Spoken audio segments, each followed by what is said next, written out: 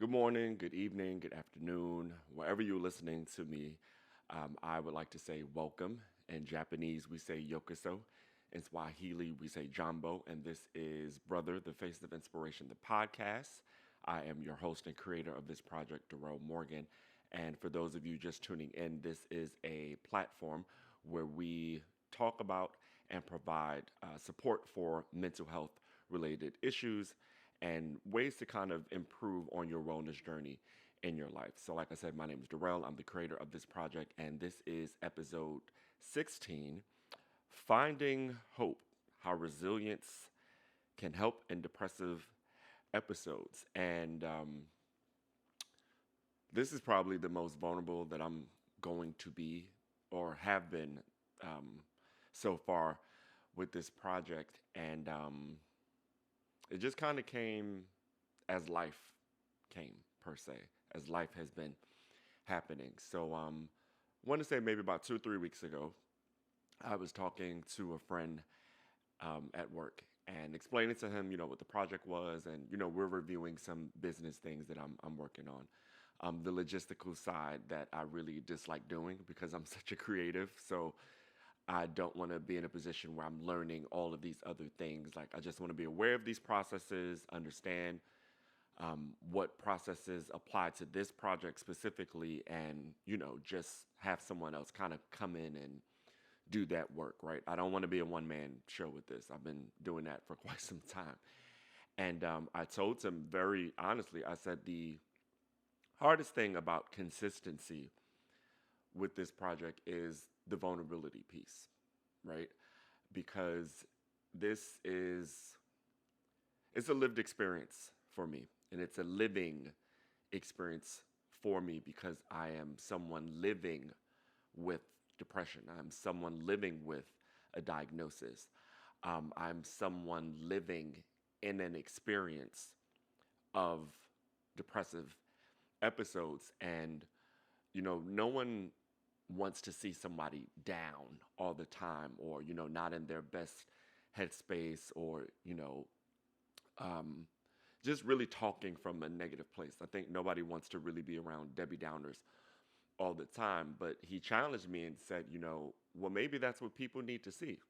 Maybe people need to see a little bit of, what it is that you do to kind of bounce back when things aren't going right. And I kind of brushed it off, and I was like, I still don't think that that's something that, would help. If you're a viewer or listener, I doubt that you would want to tune into somebody talking about this is how my, like, no, right? One, that's just not helpful.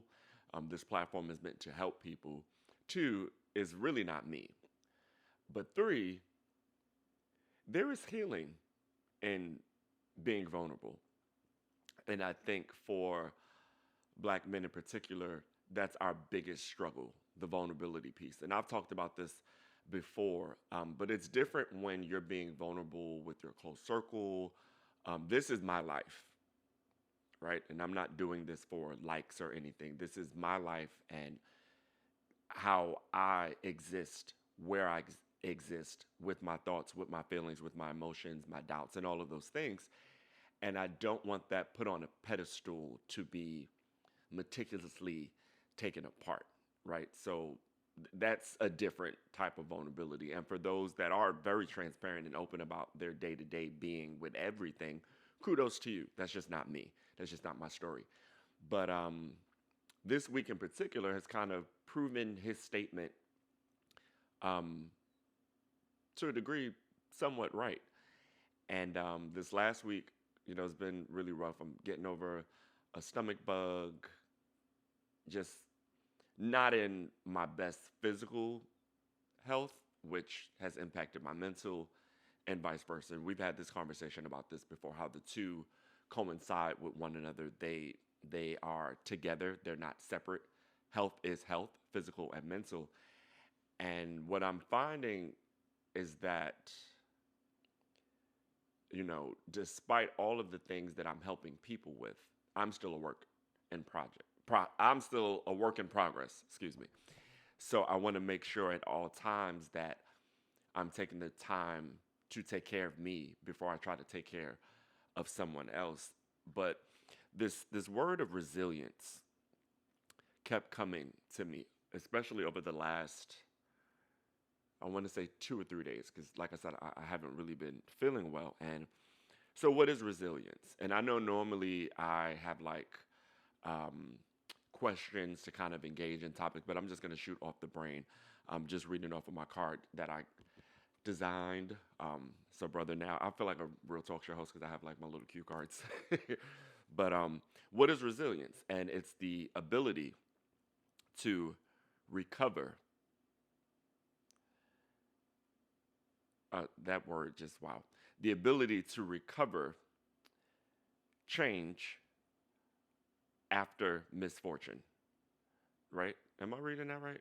Yeah. Let me just make sure. I'm gonna go back to Webster because I feel like I messed something up. 1 second.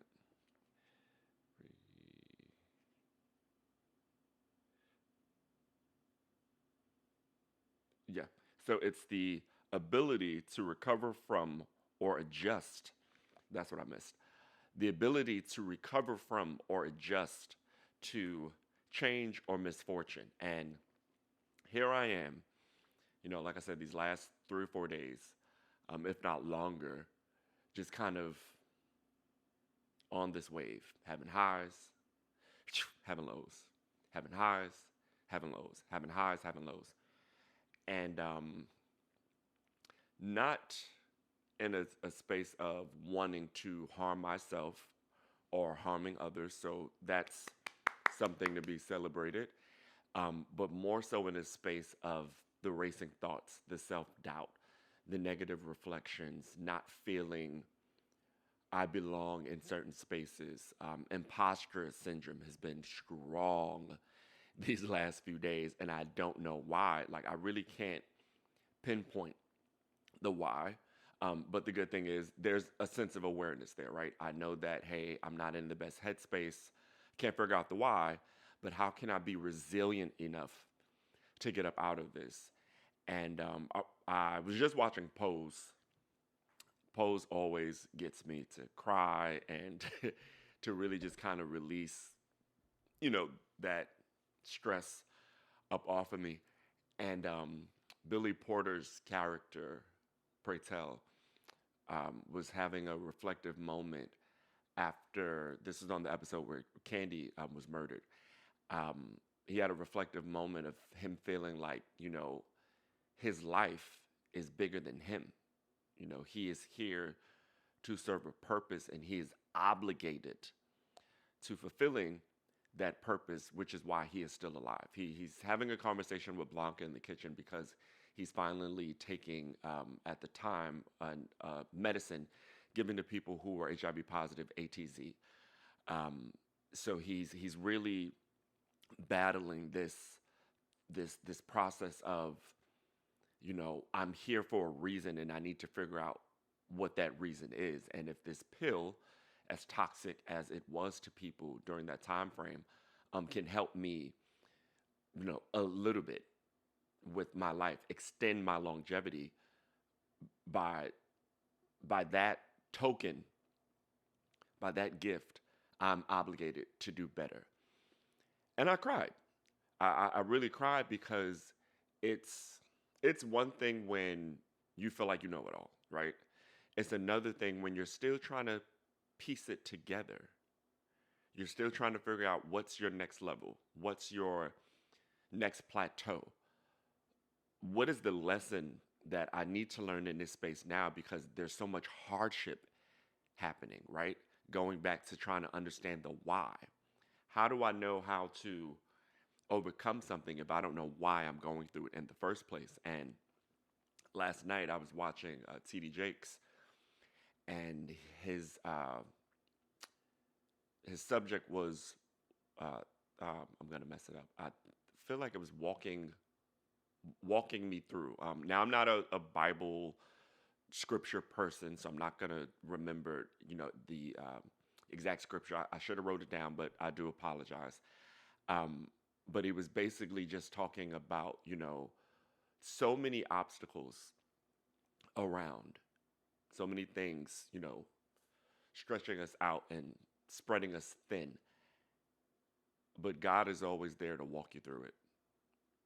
No matter what it is, God is always there to walk you through it. And I forgot the person specifically that he was talking about. So excuse me for that. But he was saying that the person was in jail for something that, they didn't do. Politics, this is funny, politics targeting religion or person of religion, which I'm pretty sure we're seeing now with the conflict in Palestine. And my heart goes out to the Palestinian and Israeli people. No life should be lost over political advantages over land, but that's another conversation. And the person was basically in jail for something that they didn't do, and I mean covered in guards, right? And TD goes on to like explain the scripture and the story and the relationship between the person and religion and God, and how this angel came into the jail and the handcuffs came off, and he was like, come on, come on, we got to get you out of here.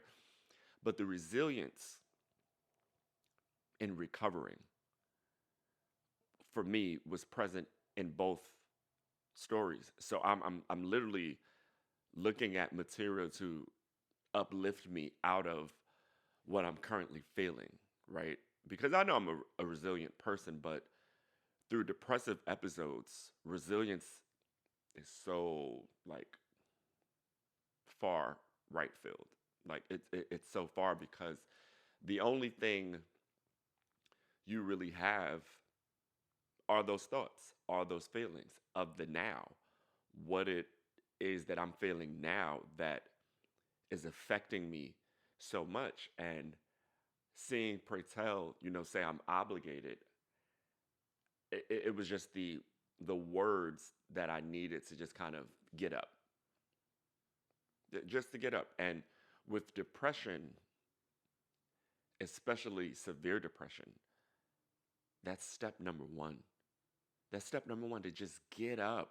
Just get up, because it's so easy to just kind of lay in it, right? And I'm using that figuratively.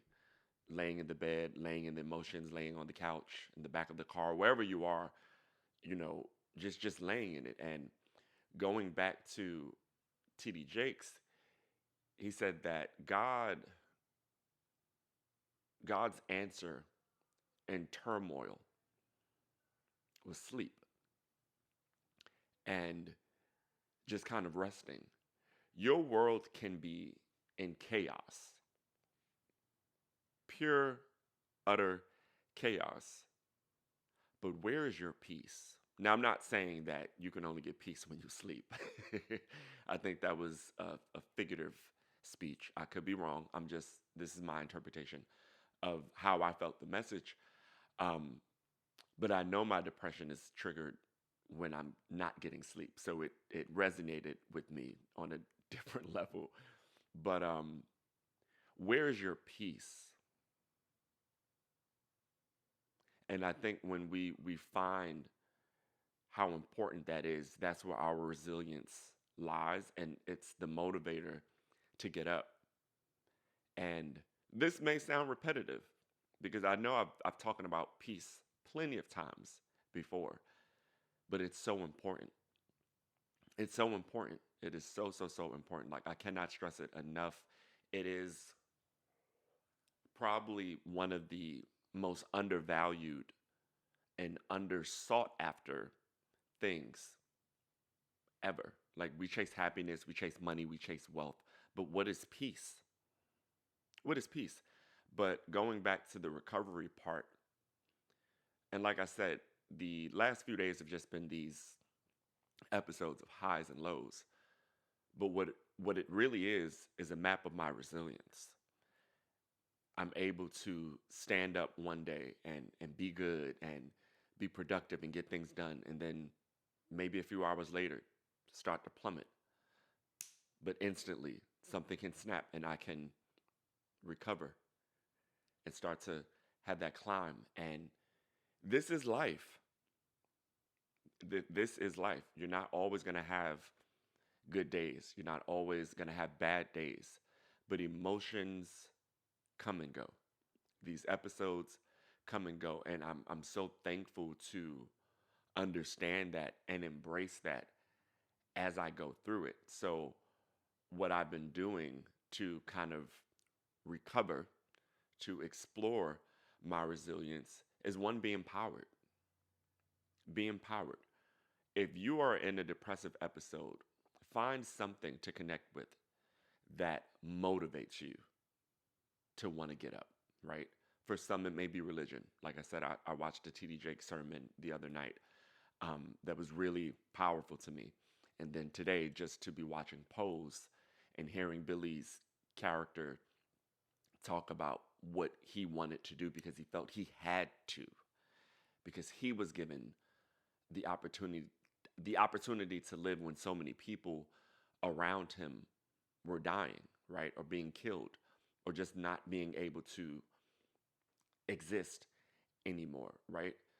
So find something that's going to empower you, that's going to really make you feel better about your circumstance, right? So I would say that that's number one. Two, support groups or support systems, which I've talked about before. I've let my friends know, I've let my family know this is a tough time for me right now. And not one person, thankfully for me, has not shown up in a way of me knowing if I really needed to talk, if I needed to cry, if I needed to just kind of have a moment of jokingness or playfulness, something to just get my mind off of the negativity, that they were there for me, you know. And a lot of times, that's easier said than done. We can reach out to people, and people may be busy or don't want to be occupied, which is cool. But your support system is very important, and it's very important that you have a good one. And number three, get active, right? I I've been cleaning up my house a lot. And I'm not one of those people that has to have everything in order. I did laundry a few times, washed my blankets, my underwear, my socks, and all that other stuff. But I didn't feel like folding everything. So I just kind of threw it in the drawer, right? But the feeling of knowing that the space that I'm in is more pure or more aesthetically or visually pleasing to me. It's not a lot of clutter. It feels good. It smells good. I love scents. I love the smell of laundry. Anybody that knows me knows that I love laundry. Um, I can burn my oils, burn my candles, really have this almost aromatherapy. Yeah, yeah, aromatherapy. This aromatherapy moment in my house where it just feels good to just breathe.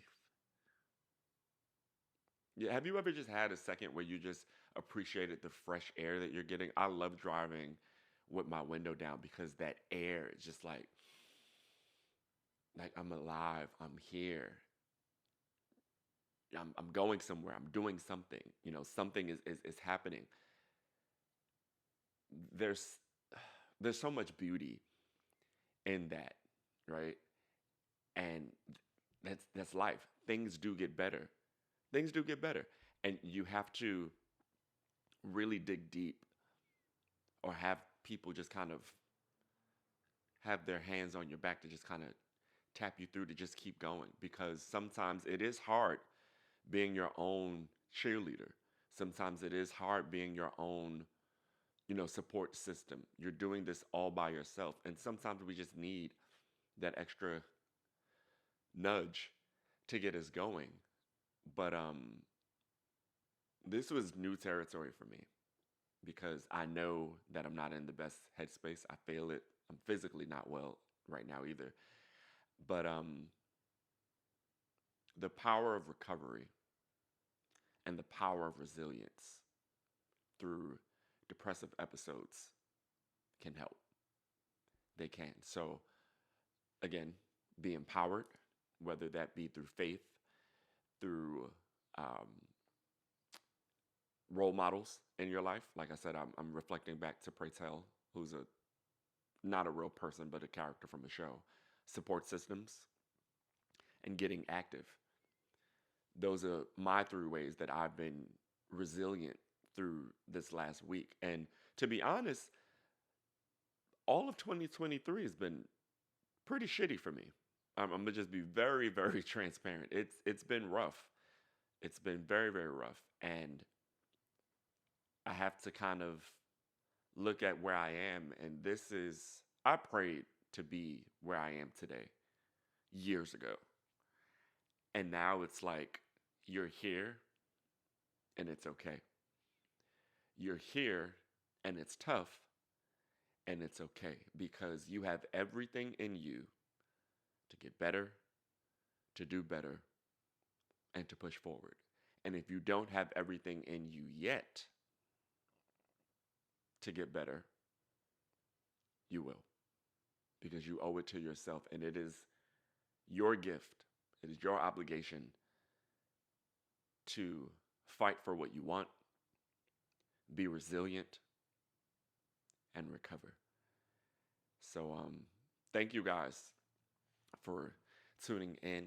This was tricky for me, and it was heavy, and I feel like a weight is off of me. But life doesn't stop when this equipment goes down. Life doesn't stop when this camera stops. Life doesn't stop when this recording stops. Life still happens for me, for you, for all of us. And together, we will get through this, and we will get better. So thank you guys so much for tuning in, and I hope that you are enjoying all of this content that we're talking about, discussing and engaging. And I hope that you guys are tuning in every Monday at 6 p.m. on all the streaming platforms that I am on, and on YouTube.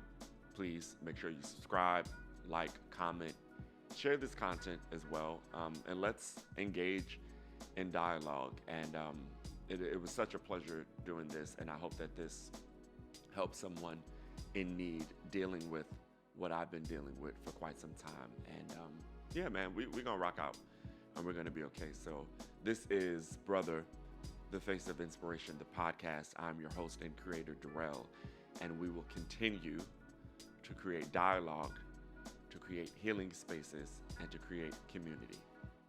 Thank you guys, and I'll see you soon. Take care.